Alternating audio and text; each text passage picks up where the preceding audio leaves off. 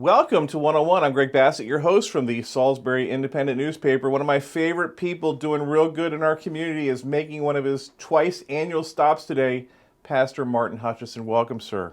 Good morning.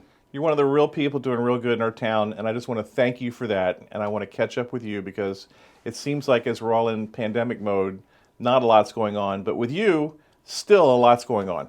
Absolutely. There's always a need, and so we've been working hard to fill the needs.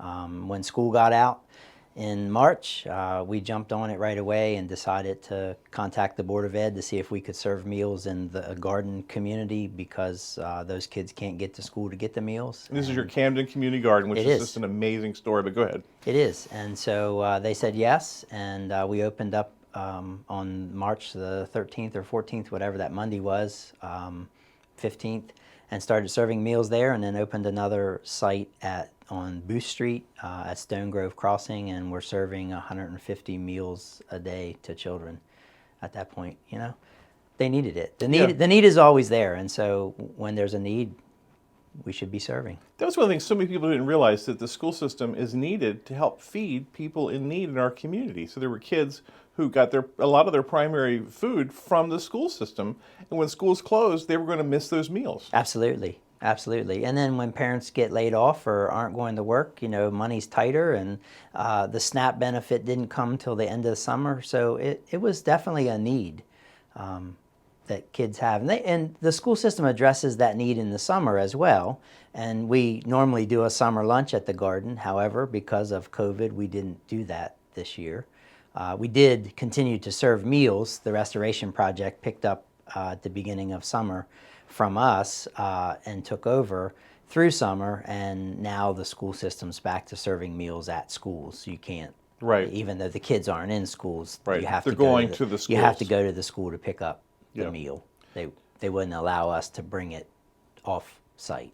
Now, one school you're doing a lot of work with is Pinehurst Elementary, and it's interesting how really involved the garden and all your doings are with that school. So Community of Joy has been faith-based partners at Pinehurst since 2008. We're in our 13th year, school year in that partnership, and so that's why we're doing lots of things there. The garden neighbors, those children go to Pinehurst, so it's a easy connection. You know, right. We see kids in the playground, we see kids in the garden. Soon we'll see the kids in the community center, the Newton Street Community Center, and you know, we see them in school, and so it's a great multiple level connection for us. Right, and I would think having kids come to the garden to eat like they did in the spring, that would raise their awareness of the garden and maybe make them patrons of the garden at some point. So it really didn't work that way this year. It does in the summer, because in our summer lunch program we can go into the garden and use the garden and introduce the kids to what's there. But it was pretty early on in the spring, when the city shut down the playground, which is where we were serving the meal. Right. And, you know, when we first started, we were sitting at the picnic tables and allowing kids to eat there if they wanted to, and pretty quickly the city shut down the playground, and then we had to go to a total here's your bag, take it home model. So we didn't have that ability. However, we did work with some art teachers from Pinehurst Elementary School. We handed out art supplies through the Rotary Club. We handed out art supplies this summer. We had books that we handed out. So we did things to try to supplement some of the things we would have done at summer lunch, even though we weren't able to. Got a cool mural, before I forget, at the community garden. We do. Thanks for recognizing that. It doesn't get much press in the city when they do their mural things, but sunflowers. Yeah, we had a photo in the paper of you with the artist, and of course, you and I've had this conflict for a long time. I hate sunflowers, and I love them. And you love sunflowers. I do. And the funny thing was that the artist, Nicole Johnson, submitted that design to be one of the electric boxes downtown, and it was denied. You didn't force it on her because you... No, it was denied, and I said, it was denied? Yeah, they didn't want the sunflowers for some reason downtown. Maybe you had some voted, influence. Yes. Yeah, and so she came to me at Grace's She used to be Grace's daughter-in-law, and so she came to me at Grace's 70th birthday party and said, "Hey, I submitted this to the city and they rejected it. Would you like it at the garden?" I said, "Absolutely. It's my favorite flower." And Greg Bassett will put a picture in the Independent for me. What kind of year was it at the garden? Largely, the gardens continued to grow, and we continued to plant early on. I checked with the mayor, and he checked with the governor to make sure it was an essential thing so that we could work it, and we did. But the aspect of the garden that I enjoy the most is the community connection. Right. As we're working in bed side by side, we visit and get to know one another, and I've seen so many neighbors meet neighbors, and just that camaraderie just wasn't there this year because we had to space out. We had to work opposite beds or opposite ends of the bed and different beds. We didn't have as many people come out. We couldn't engage the children in the same way. So it just was a different year. But we kept planting and we kept weeding and nurturing the plants, and it was a very productive year. Good. Lots and lots of people used the garden, and we've been transitioning it into fall crops. And right now we're growing kale, collard greens, turnips, turnip greens, mustard greens. All those great fall vegetables. Yeah, all the fall vegetables are growing. And there's still a few tomatoes. There's still some peppers, still some eggplants, and still some herbs. Though I noticed the basil was looking a little sad. I guess it got a little too cold one night this week for it, but it's still going good.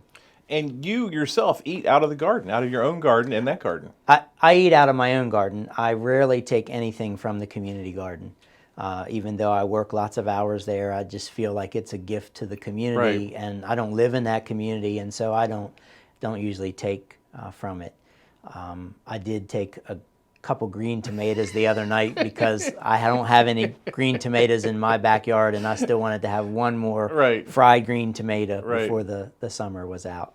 And we had filmed a Delmarva Life segment, and to introduce the show, Katie Zarilli and I were throwing green tomatoes back and forth. And I've encouraged people to go to their website, delmarvalife.com. Great video of Martin, but go ahead. Sorry. Yeah, well, and I can't believe I let me throw tomatoes on camera because, when we started this garden venture, that happened the first week, and that was bad. We had so many kids throwing tomatoes, and we were working hard to stop that. But in a weak moment, I said yes to that, and we did, and it was a fun piece. But do as I say, not as I guess. I've never been one of those. If a kid can't throw an overripe tomato in a garden, what's the point? I mean, that's part of living, I think. They've been pretty good. Yeah. Just recently, I saw a couple of eggplants that were thrown and a couple of peppers, but pretty much all summer, we haven't had much thrown. Wow. How many pounds of tomatoes do you think you ate this summer? I didn't eat as much as I typically eat for some reason. I don't know. I just didn't. I was off in my own gardening. While it's therapeutic, it was hot, and then it rained, and then the grass took over, and I got embarrassed by what my garden looked like, and I just kind of took a hands off. But I've reclaimed it, and it's growing veggies again. My tomatoes got an early blight, and most of them died early on, so I didn't have a lot of tomatoes. And most of what I had, I canned for the winter. I think it would be like, Martha Stewart has to have a perfect house, but it's an honorific title, but you're the Secretary of Community Gardens for the city of Salisbury. So there's a lot of pressure on you to have a good garden. Well, it is an honorific title, and I do care what the garden looks like. But it was more challenging this year because the joy of connecting wasn't there. Right. And I guess, you're creating this garden network. It was up to 7 gardens, 9? Yeah, I don't know how many are in it now. We do have, there are 4 on city-owned lots. There's the Camden Community Garden, the Boundless Community Garden, the Waterside Community Garden, and then they put a community garden in at Truett Street Community Center. And we're working the fence is finally up at the Choices Academy for the community garden that we're going to do there, which is going to be a hoop house. But we didn't erect it yet because the kids aren't in school, and the covering is plastic, and it has a shelf life. And so I didn't want to lose a whole year of production I knew the county wouldn't let us put kids in there working it. Right. So And then Halo has their nice garden. Halo has a garden, that's right, that they grow for their own consumption. Right. I guess Mac Center has a garden. They do. And then one of the nursing centers has a garden, I remember. I thought. That I don't know Okay. about. And there are other community gardens in Salisbury. St. James AME had one. Right. I'm not sure if it's still going. St. Albans Episcopal Church has one. It's a little different kind of community garden. You can rent a lot there to grow vegetables. It's not like Just come in and collectively grown for the community. Right. But it's a spot where if you wanted to have a garden and don't have that ability, you Right. can rent from them and do that. It just seems like you're under a lot of pressure to keep the momentum going on these community gardens. I mean, do you have any help? Do you need help? Well, we always need help, and we advertise for that on Facebook. And interestingly enough, in this pandemic times, a week ago was the first time in this whole season that I was the only one that showed up on a work day. Right. We've had enough, 8 to 10 people most work days. Saturday we just had a work day and there were 4 of us. But there's always a need for help. The Boundless Garden was the second garden that And the Boundless Garden is over by the Chipman Center Yeah. at the Boundless Playground. Right. And Nicole Long founded and anchored that for a number of years. She's stepping aside at the end of this season and has gotten a high school junior, Sarah, that is coming along to help take over. And so we'll see how that goes. It'll be our first kind of transition in leadership of a community garden. Yeah, Camden Community Garden's got a great Facebook page, and just recently, I think it was over the weekend, you had a post of the weeding you had all done. And it just exhausted me to see this big batch of We weeds. filled my truck with weeds. Lots It and was lots a lot of of weeds. work. But it wasn't just weeds. It was Yeah. also spent vegetables. So we had 2 beds of green beans that the stalks were still there, and we Right. pulled those up. But grass grows, and Right. it continues to grow and grow and grow. And we work hard to keep it out. Tell me about this latest thing that it's probably been going on forever, and I just wasn't as aware of it, but this vulnerable population task force that you've been working with. How's that go? What is that? So it has been going on for 20 weeks. We're in week 21 now. It is an effort of city, county leaders, nonprofits, various businesses in town that have been working together. We meet on Zoom weekly as a whole group, the Vulnerable Populations Task Force whole group. Sometimes it's been upwards of almost 100 people on a Zoom meeting, and it Wow. usually goes an hour and a half. We've been working to address deficiencies in our community where populations, Haitians, Hispanics, African Americans, disabled people might not have the awareness of what's going on related to COVID, might not have access to protective gear. We've been looking at educational issues, mental health issues, physical health issues, food. We've been distributing food through the Maryland Food Bank and through a local Lions Club. From the Maryland Food Bank alone, in 19 weeks, we have distributed over 195,000 meals. Wow. 234,000 pounds of food. And I'm not sure what the Lions Club has done, but they've done equally about as much through various partners that have been working together to get food into neighborhoods where the need is great. Yeah. So our food bank is a great food bank. It's out there. It needs help. It needs volunteers. It needs people to do things physically. It does, and it's money, but they need hands to be doing stuff. It's been a tough thing for them as well because they've had to space people out Right. and cut their volunteer group from whatever to I think less than 10. But they've been working hard at it and continuing to get the food to us and get it out to partners. They've opened up who can be a partner and work with them in this COVID pandemic time. It's been beautiful. And the work that the Vulnerable Populations Task Force has been doing, I like to think of it as laying a foundation for how we might be in years to come. I don't think this is just pandemic Right. work. I think we're laying the foundation for work that we'll do going forward as city, as the county. We've had our senators, state senators, involved with us, delegates. We've really reached out far and wide, addressing lots of needed issues. Michelle Ennis, who is the director of Tri-Community Mediation. We really want to get on this show You at should. some point. Yeah. You should. She has been facilitating the group. She and her group, Tri-Community Mediation, been doing phenomenal work. It's just been absolutely beautiful to see what we've been able to accomplish.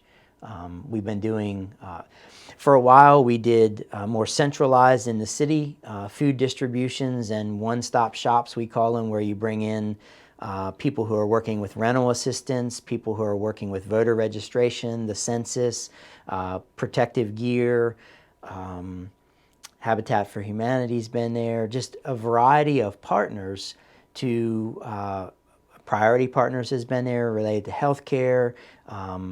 Chesapeake Health has been there, PRMC Wellness Van, now Tidal Health. Tidal Health? Wellness Van, well, it's Tidal Health PRMC, Okay. Or Peninsula Regional. Yeah.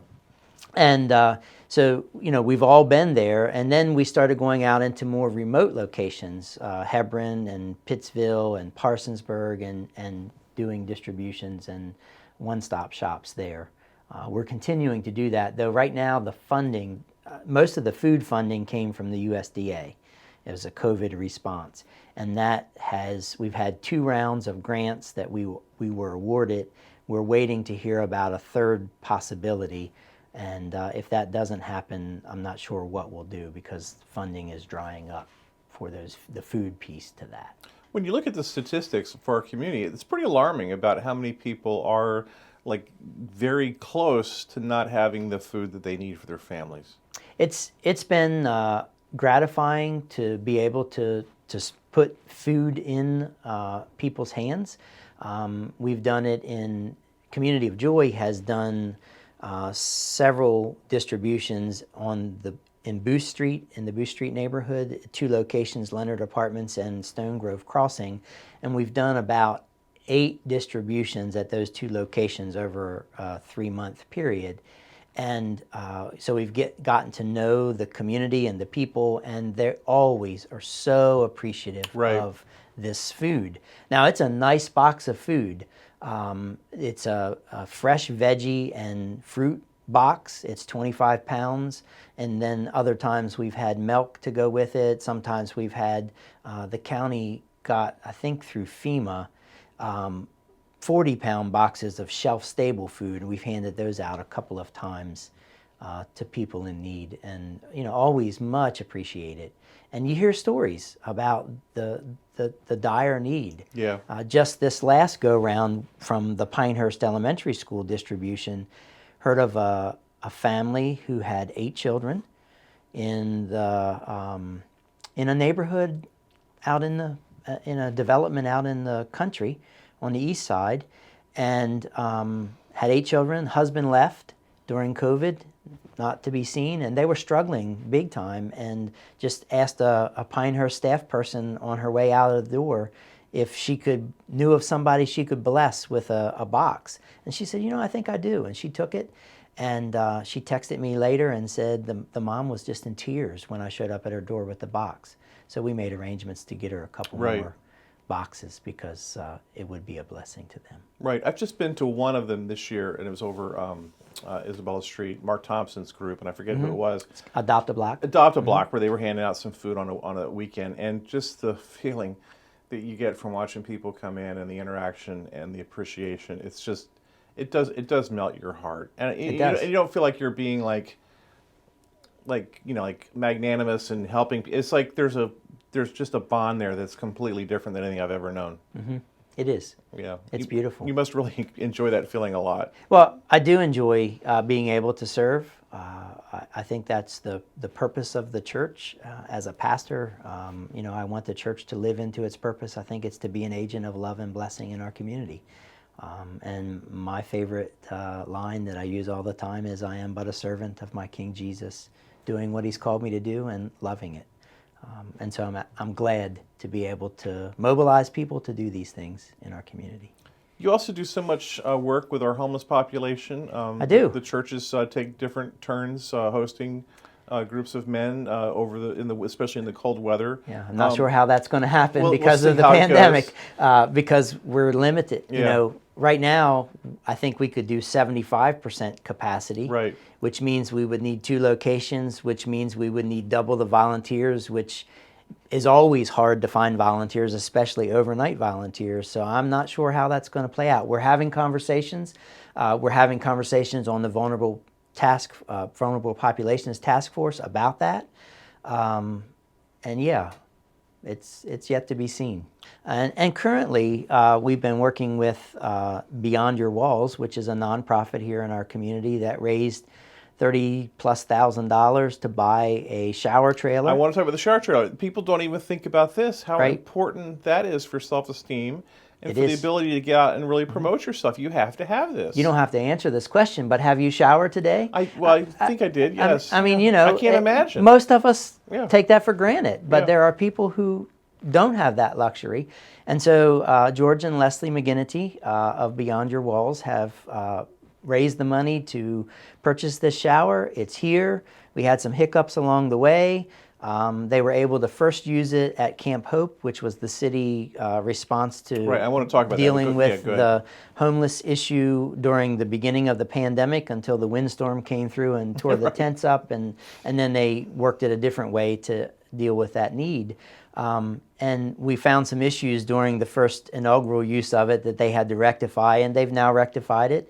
And this week, Tuesday, from 1:30 to 3:30, every Tuesday at Community of Joy, 302 South Boulevard, they're using our water and our lot to provide showers, free hot showers to anyone who comes.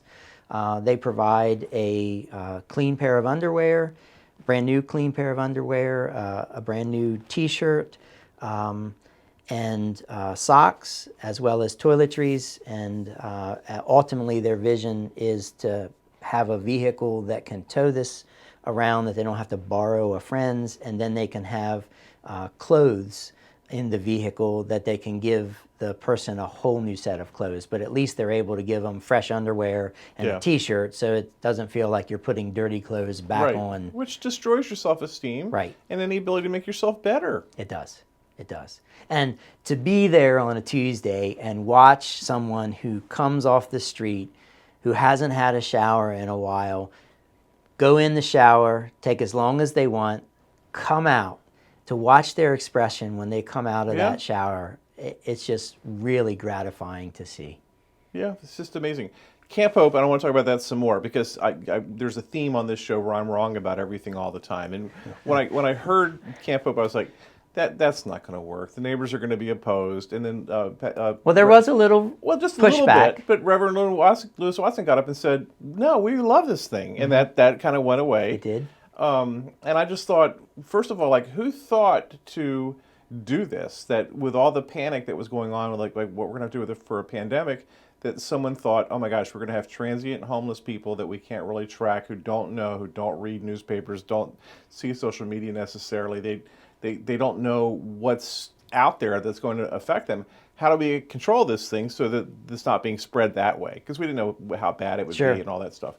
And Camp Hope was the solution, and I just thought it was just amazing that someone came up with this thing. It was a marvelous solution, and I'm not sure who to give credit to. Yeah. I'm not sure if it was Christine Chestnut of the City Homeless and Housing Division, or if it was Mayor Day, or a combination of both.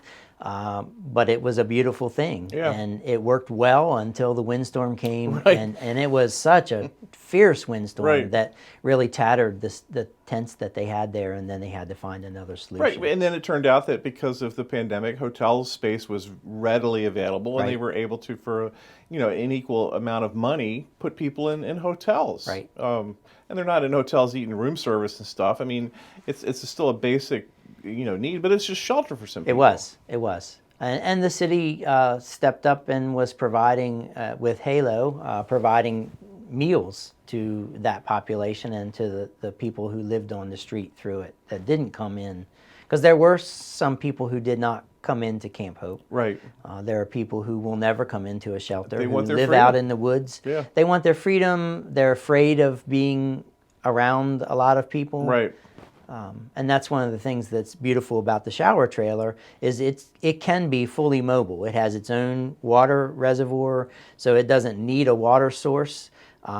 It's nice if it has one. It's not as heavy and hard to tow around, but it can go to the homeless camps and set up shop where people can come and have a shower in a remote location. What can people do to help you and the gardens and the homeless community? What can we do to help?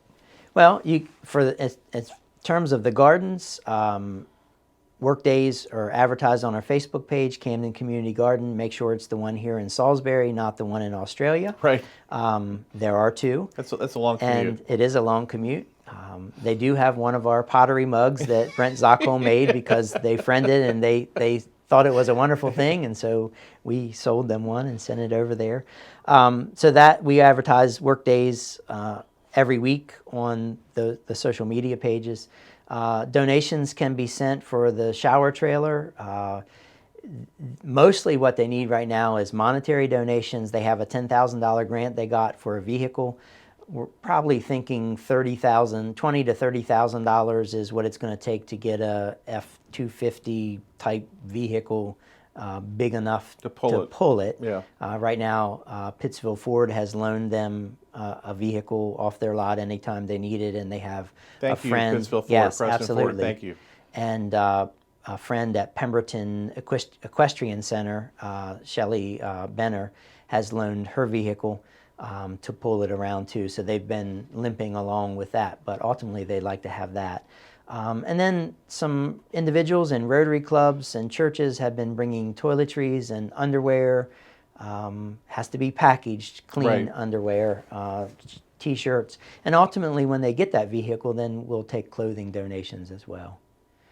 They can send that. I don't know their P.O. box number. They could send it to Community of Joy Church, Made Out to Beyond Your Walls, Okay. at 802 Kearney Court, Salisbury, Maryland, and I'd be happy to pass that on to George and Leslie. And Christine Chestnut is the community advocate for the city of She is. Salisbury, so you can always contact them. They'll set you up and tell you where to go. Who needs help. Salisbury.md Yeah. is their website, and you can find it under departments, the Housing and Homeless Department.